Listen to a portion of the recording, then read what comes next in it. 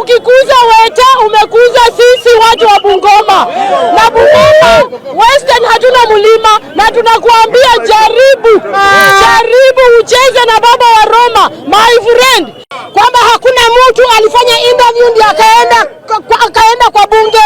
Sisi tuliwachagua mwende mfanyie wananchi wa Kenya kazi, lakini kama nyinyi kwa bunge mnaangalia tumbo zenu kama hazijashiba ama zimeshiba, sisi kama wananchi ambao tunatetea wananchi wa kawaida tunasema hatutakubali. Kama ni maandamano kuja katika bunge, tutafika huko. Tunataka wabunge mfanye kazi iliyowapeleka kwa bunge, sio kupigana vita hapa na pale, wala si kupiga spika wetu vita. Weta amesoma, yeye ni lawyer, anajua ile kitu anafanya kwa bunge. Mchezo ambao unaendelea katika serikali kuu, tunaomba heshima ambayo tukiwapea kura irudishwe pande hii. Hatutaki waanze kuvuruka mtoto yetu, na hiyo ndio kiti peke yake ambaye tunaangalia. Huyo ndio baba yetu ya huku, na huyo ndio Weta atakuweko na hatatolewa tena, na sisi hatutakubali.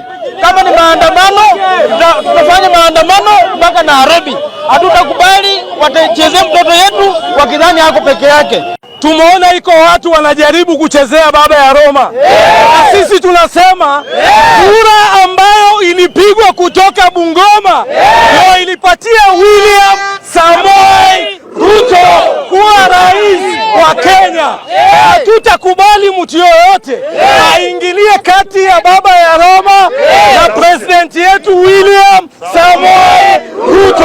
Kwa hivyo Bungoma tuko ngangari, na tunasema hii kiti ya speaker ndio kiti ambayo sisi tuko nayo peke yake.